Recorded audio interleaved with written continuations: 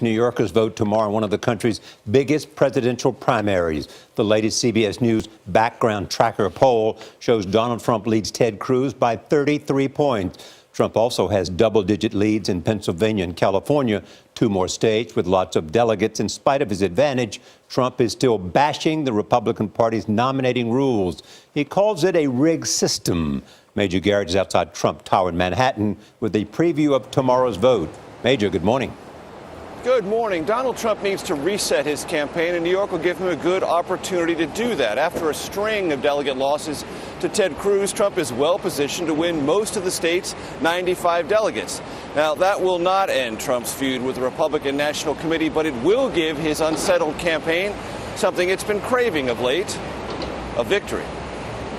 I hope it doesn't involve violence, and I don't think it will. But I will say this. It's a rigged system. It's a crooked system.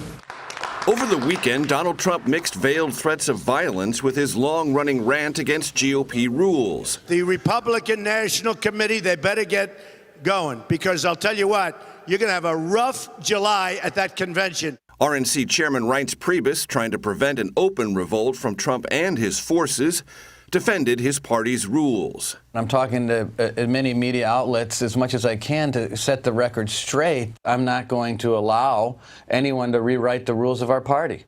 Ted Cruz continues to outmaneuver Trump for delegates. In Wyoming, Cruz swept all 14 of the state's delegates available at this weekend's convention. And in Georgia, a primary Trump won, and where Cruz came in third, Cruz grabbed 32 of the 42 remaining delegates at gatherings across the state, prompting Trump supporters in one meeting to walk out, taking the American flag with them.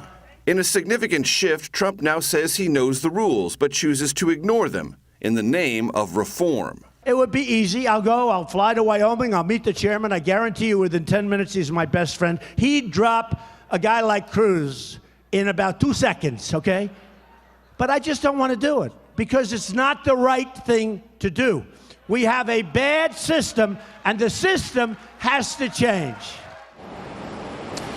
The RNC Rules Committee, which, as the name suggests, sets the rules and procedures for the July National Convention, meets later this week in Florida.